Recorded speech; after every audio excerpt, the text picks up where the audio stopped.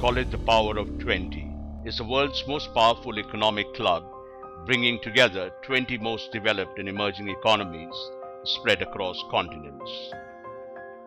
The G20 accounts for 90% of global GDP, 80% of world trade, and more than two-thirds of the world's population. 8 summits later, it's a high moment for G20 as the leaders of the world's premier economic forum gather for the 9th summit in Brisbane, the picturesque gateway to Australia, on November 15 and 16. With India's economy growing at a fast clip and armed with a solid majority in Parliament, all eyes will be on India's reform-minded Prime Minister Narendra Modi as he heads for his first G20 summit to Australia. India has an ambitious multi-layered agenda for the upcoming G20 summit that ranges from infrastructure development and inclusive growth to energy efficiency and global action to mitigate Ebola. Topping the list is lifting the global economic growth by 2%, the overarching goal of the Brisbane Summit, and blending growth with sustainable development and job creation. Mr. Suresh Prabhu, Prime Minister Modi's Sherpa for the G20 Summit, is upbeat about India's expectations from the upcoming Brisbane Power Gathering.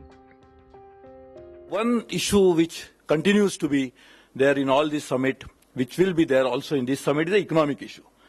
And one of the principal economic issue is how do you get more than 2% growth rate for the global economy, more than what is already happening. And I'm very glad to say that you can't get 2% global growth if all the 20 countries don't contribute.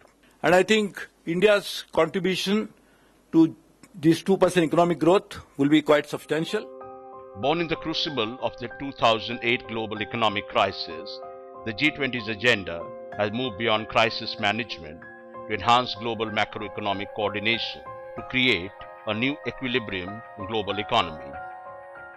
Many issues will be competing for the mind space of the world leaders. Third and most important, I think, is this whole development agenda, which is of key significance for developing countries in general and for India in particular. And there are again 4 issues that are of key significance within development agenda. One is the nature of intellectual property regime that we are ending up, because almost all emerging economies are moving in direction of knowledge economies. So their IP related sectors are of key significance, whether it is ICT or automobiles or even life sciences related sectors. So they are of key significance. So India would have to lead other member countries, and there our interests converge with Brazil and South Africa and China. So we would have a common position there. From India's point of view, reducing the cost of remittances will be a top priority. This is also an issue close to Prime Minister Modi's heart, as his government has made the welfare of 25 million strong Indian diaspora spread across continents a core focus issue of the country's foreign policy. We have been demanding that we should try to reduce the cost of remittances. As you know, and we are very proud of the fact that Indians send the maximum money back home.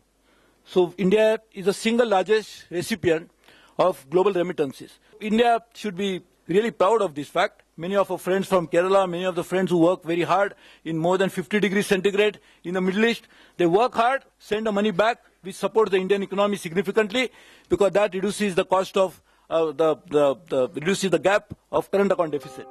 Promoting inclusive development and enhancing infrastructure investment will be core priorities for India at the G20 summit, with Prime Minister Modi looking to create India as a manufacturing powerhouse and an economic dynamo.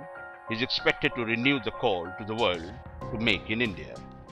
I think it's going to be a very important summit. Apart from doing crisis management, I think that period is now over after the 2008 crisis. What India should be looking at is really, for example, the issue of reforms of the IMF, the World Bank and other institutions. Secondly, we should be looking at the issues of trade, the WTO issue of food security, then the issues of trade facilitation, issues of on IPR, on which we have our our position and the other countries have their positions.